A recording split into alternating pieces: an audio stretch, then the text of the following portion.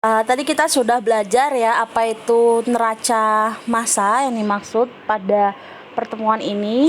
Nah, dalam memodelkan dengan menggunakan prinsip neraca massa ini, kita bisa juga gitu ya menggunakan atau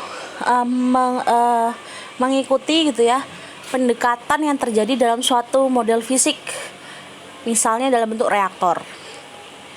Nah, dalam hal ini kita ingin gitu ya menggunakan proses mixing, prinsip proses mixing yang ada di berbagai tipe reaktor untuk memodelkan apa yang terjadi, proses mixing yang terjadi di lingkungan yang merupakan the real control volume-nya gitu ya.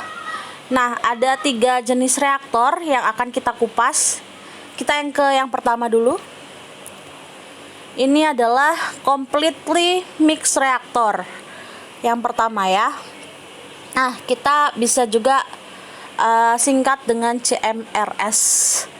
Nah, kenapa dia dibilang completely mixed reactor? Karena ketika ada yang masuk, jadi ketika ada aliran yang masuk gitu ya dengan debit tertentu Q, terus dia punya konsentrasi dari partikel yang ingin kita modelkan, konsentrasinya sebesar C0. Kemudian dia akan melalui proses complete mix gitu ya, dia di mix, misalnya ada mixer, dia di mix gitu ya, karena dia completely mix, dia akan nge-mix sampai konsentrasi yang dia inginkan. Nah, atau hingga mencapai konsentrasi tertentu. Nah, konsentrasinya saat dia keluar dari reaktor tersebut secara otomatis gitu ya, C-nya ini akan sama dengan konsentrasi yang ada di dalam reaktor. Kebetulan ini sih gambarnya adalah ketika steady flow ya, jadi debit yang masuk sama dengan debit yang keluar.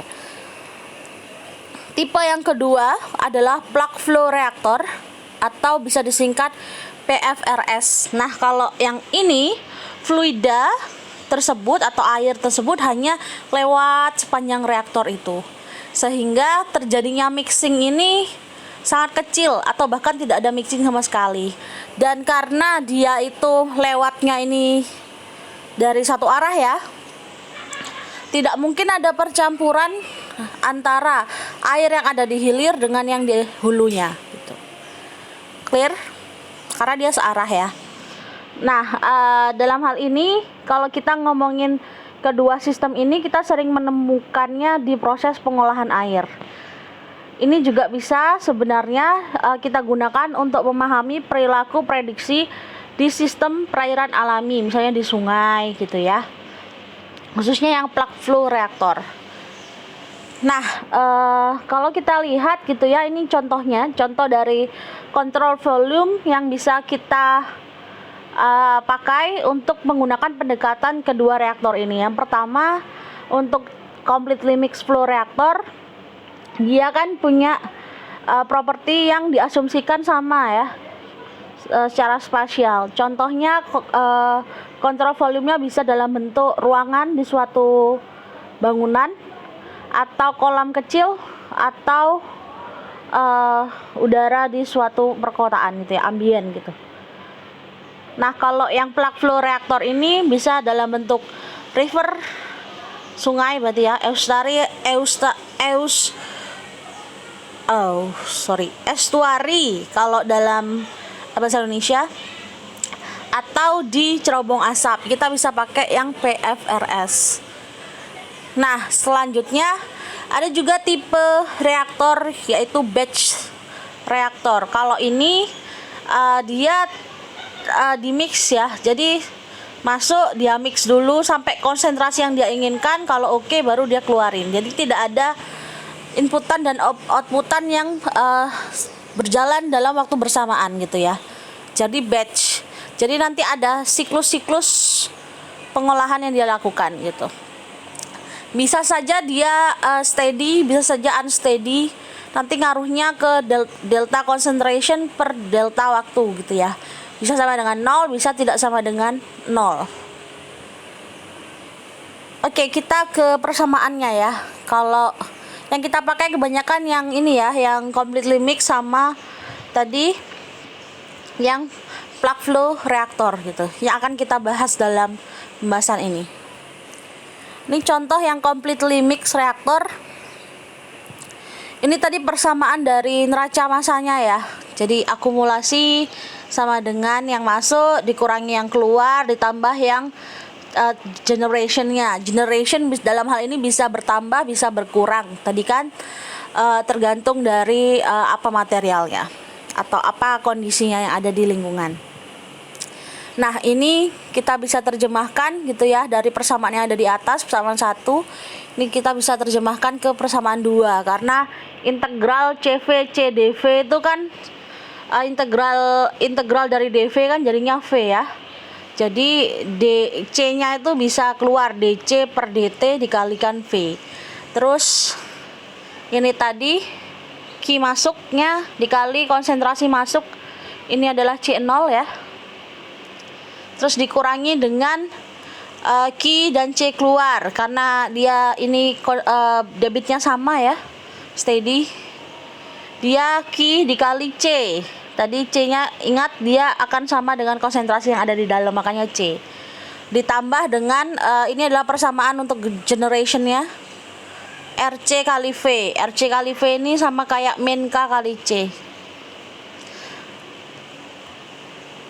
Oh, maaf sebentar. Oke. Terus kita sudah ke sini. Nah, jadinya kita bisa masukkan RC-nya ini ke persamaan yang ada di atas ya, sehingga jadilah persamaan equation 4.6.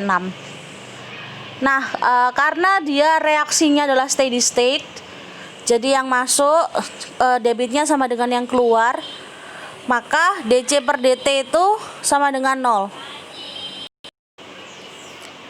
Terus jadinya karena DC per DT-nya sama dengan 0, dari equation 4.6 ini kita masukkan ya, DC per DT 0 kali V sama dengan 0. Kemudian ini kita masukin, ini tadi kan sama kayak min KC kali V ya, RC kali V. Nah, jadi dari sini sebenarnya kita bisa tahu lajunya, laju generasinya tuh berapa lewat persamaan ini. Q per V kali delta dari concentrationnya ya. Jadi konsentrasi keluar dikurangi konsentrasi masuk. Nah, kita lanjutkan. Kalau kita ingin gitu ya, kalau ini kan dia pengen tahu berapa ininya ya, lajunya dari generasi. Kalau kita ingin tahu berapa sih konsentrasinya berubah sepanjang waktu yang terjadi di sana gitu ya, kita bisa asumsikan bahwa konsentrasi awalnya sama dengan 0 gitu. Nah, di sini kita masih pakai persamaan yang sama ya. Ini inflow min outflow plus generation. Nah, di sini generationnya kita anggap 0. Jadi kita anggap tidak ada yang terbentuk gitu ya. CO-nya kita juga anggap sebagai 0. Jadi dari persamaan 4.6 tadi, karena ini kita anggap 0 ya kan, akan lebih simple. Jadi ini dia. Nah, karena CO-nya kita anggap 0, maka ketemulah ini ya. DC per DT sama dengan min Q per V kali C. Nah, karena kita ingin tahu berapa konsentrasinya, kita integralkan ini. Dapatlah persamaan ini. Jadi konsentrasinya yang merupakan fungsi dari waktu adalah konsentrasi saat dia masuk dikali eksponensial min T waktu dikali Q per V. Jadi kita bisa tahu nih, konsentrasi di reaktor ini misalnya pada saat T-nya sama dengan 10 menit, tinggal digantikan T-nya terus dimasukkan ke yang lain, kita bisa tahu konsentrasinya. Asal kita tahu berapa konsentrasi awalnya, berapa debitnya, berapa volumenya. Clear? Nah, dalam hal ini gitu ya, ada tiga kasus kemungkinan gitu ya. Satu, ketika kondisinya steady state, berarti hampir sama kayak tadi ya, kita bisa pakai yang pertama. Atau kalau misalnya kalau ini dia ada ini ya, source, jadi ada supply tambahan, ada kemungkinan dia terdegradasi juga gitu ya. Tapi bisa saja dia substansinya konservatif, dalam artian tidak ada yang menambahkan dia dan tidak ada yang mendegradasi dia. Jadi cukup kita bisa pakai yang ini persamaannya.